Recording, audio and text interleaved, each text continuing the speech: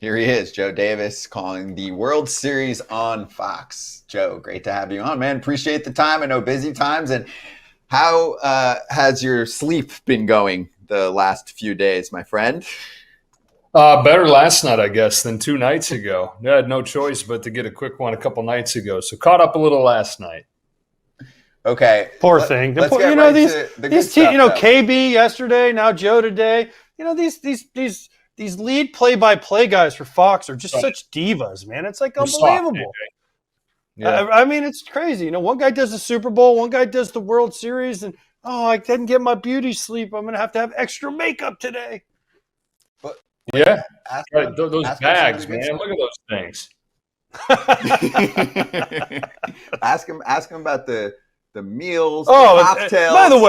By the way, we've done a lot of games together. 5 o'clock, you stop eating.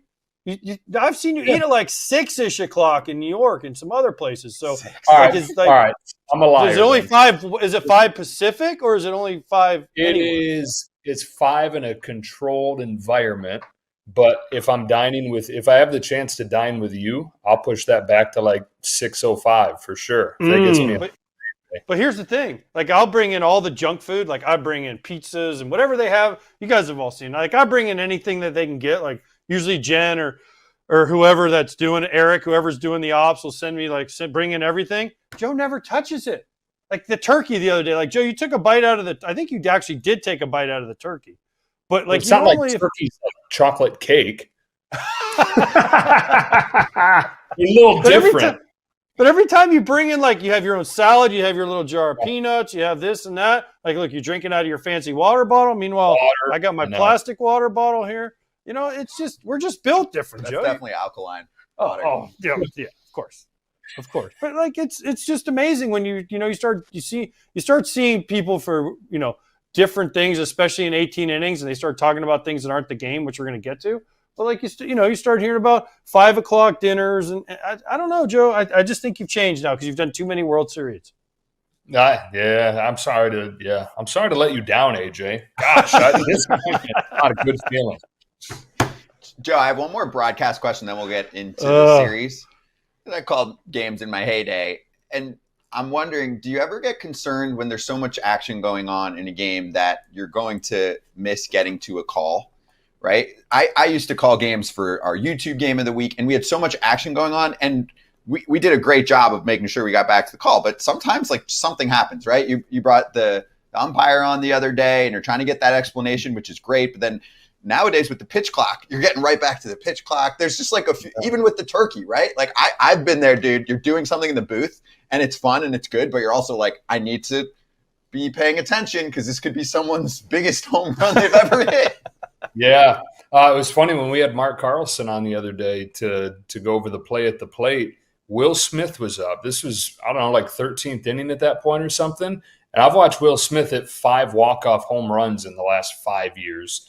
And Mark's still going. I was like, oh, my God. This World Series game is about to end while Mark's talking, God bless him. Like, no fault of his own.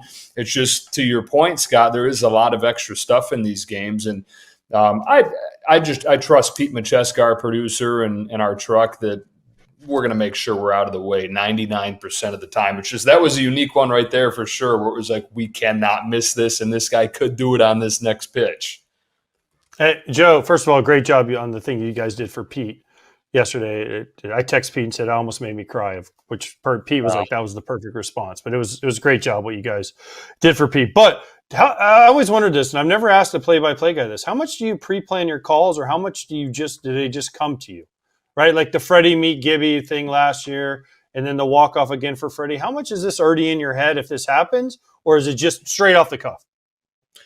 I think it's somewhere in between. I never want to be scripted because I think it's going to sound scripted, but I'm always trying to lean forward and anticipate something big happening. So then when it does happen, it's not just, okay, home run, what does this mean? Like, I can't figure that out in the moment. I'm not smart enough to figure out right there in the moment the appropriate context for the call. And I think that's what it requires this time of year, is a caption that can really make it stand the test of time, and that people can go back and watch that clip 50 years from now and know that it was more than just home run. Like, what did the moment mean? And for me to do that, I'm always thinking about, the context around the game, around the inning, around the at-bat, and then hopefully the right thing out of that thinking comes out as opposed to scripting it. Okay, so now let's get to biz here. I mean, you watch plenty of Dodgers baseball during the regular season too. What are you seeing right now from some of their bats that are slumping? It obviously gets magnified in a series like this. And do you think that they will make a change, and why? I do think that I would anticipate them changing the 9 spot. Not that Andy Pages is the only problem, but Dave Roberts has hinted at that. And then another night where the offense goes quiet. So I could see a change coming. I'd say this, though, Scott. I know when you look at the full numbers, they were a great offense. They were the number 2 run-scoring team in baseball behind the Yankees. But for 2 or 3 months, they were bad. So it's not like they were just this machine for a full season. There were long stretches there. And granted, part of it had to do with injuries. But for a lot of this summer, the offense was disappointing. This isn't that shocking to see them go through a stretch like this, however badly timed it clearly is. Talking about the lineup, would there ever be a chance that they would move Mookie in front of Shohei, somebody that can handle pitches middle? Because clearly teams are coming after Pages, and it's not working. Shohei is like the ultimate protection in the lineup. Couldn't you use Shohei to get somebody else hot like Mookie, who is essentially why they've been intentionally walking Shohei the whole time? Yeah, I love the idea. And for a couple reasons, right? You got Mookie struggling. You have Ohtani who's getting pitched around because there's nobody on base when he comes on, so they have the freedom to handle him however they want to. Maybe it gets both those guys with the arrow pointed up. You get Betts a different look there, and you get Ohtani maybe with somebody on base. The other side of that is I know Dave Roberts rarely is reactionary, and I know that desperate times call for desperate measures. You're looking here 2 losses away from your season ending. But I would be surprised to see that change, even though I totally see what you're saying, and I think it makes sense. Joe, how surprised are you by what the Blue Jays have done in this series? I know you've been following them for a couple weeks now, and yes, they're really. But if going into this, if you ask most people, everyone's like, the Blue Jays have no chance against the Dodgers, and yet here they are right there. And we asked Ken earlier, we had Ken on earlier, and he kind of gave us his answer. But how surprised are you, as someone clearly that knows more about the Dodgers than the Blue Jays, that the Blue Jays are putting up this kind of fight? Not only a fight, they're 1 hit away from being up 3-1 in this series. Yeah, I'm not that surprised. And like you said, we've been with them throughout this month of October. We've had every playoff game for the Blue Jays. So we've talked about this a little bit on the broadcast, but there was this perception, I think, that this is David against Goliath, and that's just not true. Blue Jays won 94 games. They were the top team in the American League. Dodgers have those 3 MVPs at the top, and they have this massive payroll. But the Blue Jays have a top 5 payroll as well. So it's not like they're the little engine that could with a bunch of plucky guys. I know that bat to ball is part of the identity, and they have those guys, and they have the lineup length. But they also have Vladimir Guerrero Jr. They also, if he's healthy, have George Springer. So this is not, to me, that big of a surprise that this has been a tough series. I think the folks that thought the Dodgers were going to roll through the Blue Jays, probably like me before October, didn't have a full appreciation for how well-rounded a team the Jays are. Hey, if you want to take care of yourself, your body, and everything that goes into health, fitness, and nutrition, Superpower provides Kratz what I would call the pro experience for the everyday person. 100%. Super easy. You get your lab test results back, and you can streamline exactly what you're deficient in. You can say, okay, this is what the results told me. I'm going to go ahead and maybe look for that in a supplement, which they provide. I'm going to go ahead and look at that in my daily workouts, which they give so many different ideas of how to make sure your deficiencies become some of your superpowers. Superpower used to cost $499. Head to superpower.com right now to learn more and lock in the special $199 price while it lasts. After you sign up, they'll ask you how you heard about them, and make sure you mention FT. Your biology decoded, your blueprint activated with Superpower. Okay, so what happens in Game 5? The Dodgers need Blake Snell to give them 6-7 innings. You savage, give them 5 good innings, and there's a better chance for them. But I mean, the Dodgers, we talk about their lineup, are so much reliant right now on their starting pitching, especially in an ideal world. Roberts goes Snell 7, Sasaki 2, and they win the game and move on. Maybe a couple homers from Shohei and Freddie, right? But how much pressure does that put on this Dodger team, knowing like, gosh, Blake Snell's taking them out and going like, man, if I don't give them 6 or 7 really good innings, guys, we're not scoring. Like, this is such a change from Dodgers teams of past. It is, but Dodger team of right now and Blue Jays team of right now, I think you're on it. What's gotten the Dodgers here? Starting pitching. What stops the Dodgers?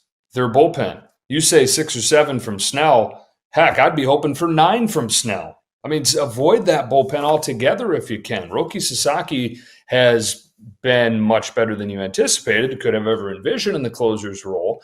I still think you can't feel that great about a kid who just started pitching out of the bullpen a few weeks ago. So for the Dodgers, the biggest strength has been the starting pitching. It has to be that if they're going to win this World Series. For the Blue Jays, you mentioned Trey Savage. He looked worn down. This is the longest season of his career. How much can you really put on the 22-year-old? The thing is, they have the offense to paper over what may not be 7 shutout innings from their starting pitcher. Dodgers are here because of their starting pitching. If they win, it'll be because of the same thing. Blue Jays are here because of their offense. If they win, it'll be because that offense continues to do enough to overcome whatever they lack in run prevention.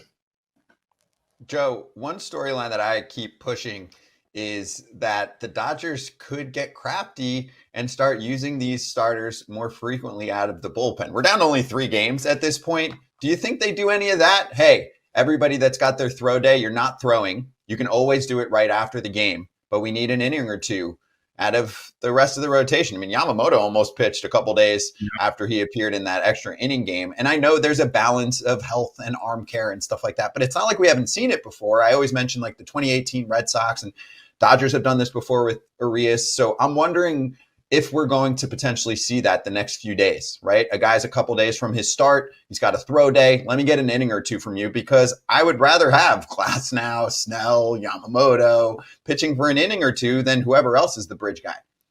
Yeah, well, I think when you look at Game 7, it's always going to be all hands on deck. Whoever's got anything left in the tank is going to be on the table. You mentioned Yamamoto the other night, so he's willing to do it, but he's not going to do it given what you said about this is down to 3 games now. He's starting in 2 nights, so you're not going to see him tonight.